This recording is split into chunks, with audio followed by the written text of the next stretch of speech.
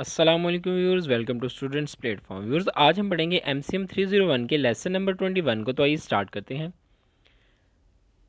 इसके अंदर टॉपिक है रिस्पॉन्डिंग क्वेश्चंस एंड आंसर्स। पिछले लेसन में हमने पढ़ा था स्पीच के रिलेटेड, तो अब इसी को आगे हम लेके चलेंगे कि स्पीच के अंदर जो क्वेश्चन और किस तरह ऑडियंस जो है वो किस किस्म के क्वेश्चंस कर सकते हैं और किस तरह उनका आंसर करना है उनको, इसके रिलेटेड पढ़ेंगे हम। तो इसके अंदर कह रहा है कि 4 स्टेप्स हैं। पहला है लिसन, डिसर्न, अफर्म और आंसर।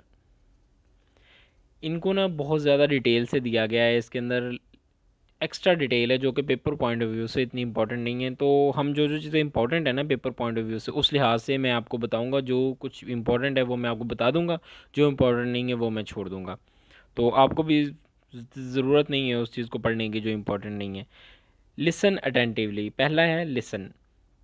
अगर आपकी स्पीच के दौरान कोई आपसे सवाल करे तो आपको चाहिए कि अपनी स्पीच को वहीं रोककर उसके सवाल को गौर से सुने। मतलब जितनी गौर से आप तवज्जो से उसके सवाल को सुन सकेंगे ना, उसी लिहाज से आप उसका जवाब दे सकेंगे। क्योंकि जिस हिसाब से आपको उसका सवाल समझ आएगा उसी हिसाब से आप उसको जवाब देंगे। कुछ इंपॉर्टेंट पॉइंट दिए गए हैं। पहला कह रहा है कि फोकस करें फुली उस पर। बाज़ औक़ात ज़्यादातर तो इसी तरह होता है ना कि स्पीच के आखिर में सवालात किए जाते हैं, लेकिन स्पीच के दौरान भी कोई ऑडियंस में से कोई बंदा उठकर आपसे सवाल कर सकता है। तो आपको क्या चेक करना चाहिए कि उसी टाइम अपनी स्पीच को रोक दें और उसकी बात सुने गौर से। उसके अलावा कह रहा है कि बंदे को ऐसा शो करवाएं कि आप उसकी बात पूरी तवज्जो से सुन रहे हैं। उसके सवाल पर फुली फोकस करें। सवाल पूछने वाले बंदे की तरफ आई कांटेक्ट रखें उसके साथ। और इसके अलावा कह रहा है कि आप उस बंदे की तरफ थोड़ा सा आगे की तरफ झुक जाएं और इस तरह उसकी बात सुने और उसको ऐसे लगे कि आप उसकी बात के अंदर फुली इंटरेस्ट ले रहे हैं। ये सब क्वालिटीज़ हैं। मतलब कि उस बंदे की ऑडियंस में से कोई बंदा अगर खड़ा होकर सवाल करता है तो हम उस इस तरीके से उसके सवाल को सुनेंगे। तो ये जितने भी सारे स्टेप्स दिए गए हैं, आगे डिटेल दी गई है, इसके अंदर एग्जांपल्स वगैरह हैं, वो आप देख लीजिएगा अगर आप जस्ट फॉर गेनिंग नॉलेज पढ़ना चाहते हैं। आगे है discern the nature and intent of verbal feedback. इसके अंदर कह रहा है कि हो सकता है कि ऑडियंस में से कोई डिस्टर्बेंस पैदा करने के लिए बंदा कोई सवाल कर दे, कोई बेतुका सवाल कर दे, कोई जो उसके रिलेटेड ना हो। मतलब वो जस्ट डिस्टर्बेंस पैदा करना चाहता है। उसका मकसद सवाल करना नहीं है, उसका मकसद नागवारी पैदा करना है सिर्फ। तो लेकिन ऐसा भी हो सकता है कि कोई बंदा जेन्युइन सवाल करे, वह वाकई सवाल उसका जेन्युइन हो, और लेकिन वो हो कि जिससे बुरा असर पड़ता है स्पीकर पर। लेकिन अभी आगे स्पीकर का रिस्पॉन्स क्या होगा। ऑडियंस जिस भी किस्म का सवाल करें, स्पीकर को उसका जवाब जो है पोलाइटली देना चाहिए। वो जितना पोलाइटली और जितना बेहतर तरीके से उसके सवाल का जवाब देगा ना, उसी हिसाब पर से बाकी ऑडियंस पर उसका असर जाएगा। अगर वो अग्रेसिव हो जाएगा उसके सवाल पर, गुस्से से बात करेगा उसको, तो ऑडियंस पर उसका बुरा असर जाएगा। लेकिन अगर उसके सवाल जिस तरह का भी हो, बुरा हो अच्छा हो, वो अच्छी तरीके से पोलाइटली उसका जवाब देगा, तो उसका पॉजिटिव इफेक्ट जाएगा ऑडियंस पर।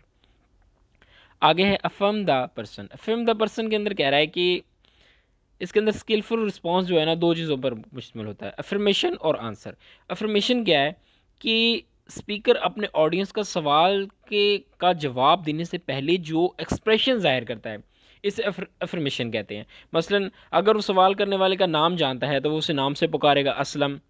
अगर बेशक असलम है, फ़र्ज़ करें उसने एक नॉर्मल सवाल भी किया है, तो वो लेकिन ये नहीं कहेगा कि यार तुम्हारा तो सवाल बहुत नॉर्मल सा है, सिंपल सा है। वो ऐसा नहीं कहेगा।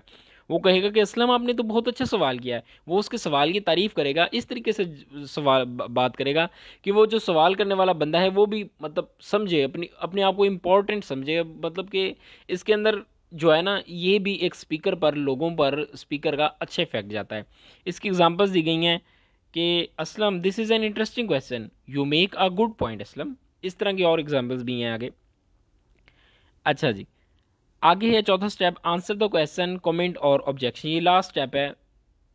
इसके अंदर कह रहा है कि स्पीकर का आंसर जो है ना, वो बिल्कुल क्लियर होना चाहिए। उसका रिस्पॉन्स आंसर बिल्कुल ठीक होना चाहिए। इस तरह हो कि ऑडियंस की समझ में आसानी से आ जाए। इसके अंदर पहली चीज़ जो कह रहा है वो है क्लियर, क्लियर होना चाहिए, टू द पॉइंट होना चाहिए। जो स्पीकर ने सवाल किया है, सॉरी जो ऑडियंस में से बंदे ने सवाल किया है उसके मुताबिक होना चाहिए, टू द पॉइंट होना चाहिए। ये ना हो कि वो उसको लंबी कहानियों में लेके बैठ जाए और घुमा दे, ना बंदे को ना टाइम भी ज़्यादा ज़ाया हो, टाइम भी ज़्यादा लग जाए, और जो ऑडियंस जिस बंदे ने सवाल किया है उसको भी समझ ना आए। आगे करेक्ट कह रहा है कि सवाल जो है बिल्कुल, सवाल का जवाब बिल्कुल ठीक होना चाहिए। अभी उस बंदे ने मईशत के बारे में पूछा है, लिटरेसी रेट के बारे में पूछा है सवाल करने वाले ने। अभी लिटरेसी रेट पाकिस्तान का और है, लेकिन वो बंदा कोई और जवाब दे दे उसका, तो ऐसा नहीं होना चाहिए। जो सवाल होना चाहिए वो बिल्कुल ठीक होना चाहिए, उसका आंसर जो है टू द पॉइंट तो होगा, लेकिन वो ठीक भी हो उसका सवाल। सिंपल ये कह रहा है कि जो एक्चुअल फैक्ट है ना, जो मैंने जिस तरह सिंपल एग्जांपल दी, अब पाकिस्तान का रकबा जो पूछे वो है कोई और, लेकिन वो उसका कोई और जवाब दे दे, ऐसा होगा तो कोई फ़ायदा नहीं होगा स्पीच का। लोगों पर इस चीज़ का बहुत बुरा इम्पैक्ट जाएगा स्पीकर का।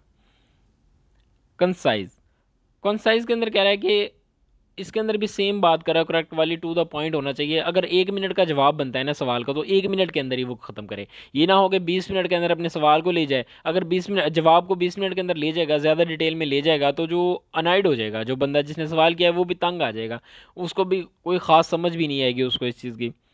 वेल कंसिडर्ड, वेल कंसिडर्ड के अंदर कह रहा है कि आप जवाब इस तरह का होना चाहिए कि ऑडियंस को अच्छी तरीके से समझ आ जाए। सिंपल इसके अंदर ये कह रहा है कि कंसिडर्ड, वेल कंसिडर्ड मतलब कि उनकी समझ में, ऑडियंस जिस बंदे ने सवाल किया है वो भी, उसकी भी, और जो बाकी बैठे सुन रहे हैं उनकी समझ में भी इजीली उसका जवाब आ जाए। कोई इस तरीके से जवाब ना दे, बड़े कोई तरीके, इस तरीके से जवाब दे कि वो जी बंदों बंदों को समझ ही ना आए, वो घुमा फिरा के जवाब दे, ऐसा नहीं होना चाहिए। Type of comments from an audience, audience जो है 3 किस्म के कमेंट्स कर सकते हैं, मतलब 3 किस्म के रिएक्शन दे सकते हैं। पहला एग्रीमेंट, एडिशन और ऑब्जेक्शन। अभी एग्रीमेंट के अंदर क्या है, कमेंट्स ऑफ एग्रीमेंट, इसके अंदर कह रहा है कि जो मसलन आपने किसी नए प्रोजेक्ट शुरू की, कोई नया प्रोजेक्ट शुरू हुआ है, उसके रिलेटेड स्पीच की स्पीकर ने, तो ऑडियंस जो है ना वो स्पीकर से फुली एग्री हैं। स्पीकर ने जो बात कर दी वो एग्री है, हाँ भाई, उनकी फीडबैक के मुताबिक, मतलब जो ऑडियंस ने फीडबैक दी उसके मुताबिक स्पीकर ने जो बात बिल्कुल ठीक की है। दूसरा है कमेंट्स ऑफ एडिशन, अभी एग्री तो हैं लेकिन वो अपनी क्यूरीज हैं, कुछ ऑडियंस को वो क्यूरीज क्लियर करने के लिए वो स्पीकर से मज़ीद सवाल करते हैं, जिसका वो जवाब देता है, जिससे उनकी क्यूरीज क्लियर हो जाती हैं। लेकिन तीसरी स्टेट भी होती है जिसके अंदर वो कह रहा है कि ऑब्जेक्शंस, ऑब्जेक्शन वो स्टेट है, डिसएग्रीमेंट और डिसअप्रूवल स्टेट है, जिसके अंदर ऑडियंस जो हैं स्पीकर की बात से डिसएग्री कर देते हैं फुली तौर पर। वो कह देते हैं, उनके नज़दीक जो स्पीकर ने बात की होती है वो कहते हैं ये तो उसने गलत कहा है, बिल्कुल डिसएग्री करते हैं टोटली। व्यूअर्स, ये आपका आज का लेसन था, लेसन नंबर 21 MCM 301 का। मैं उम्मीद करता हूँ कि आपको समझ आया होगा। मिलते हैं नेक्स्ट लेसन में, टिल देन टेक केयर, अल्लाह हाफिज़।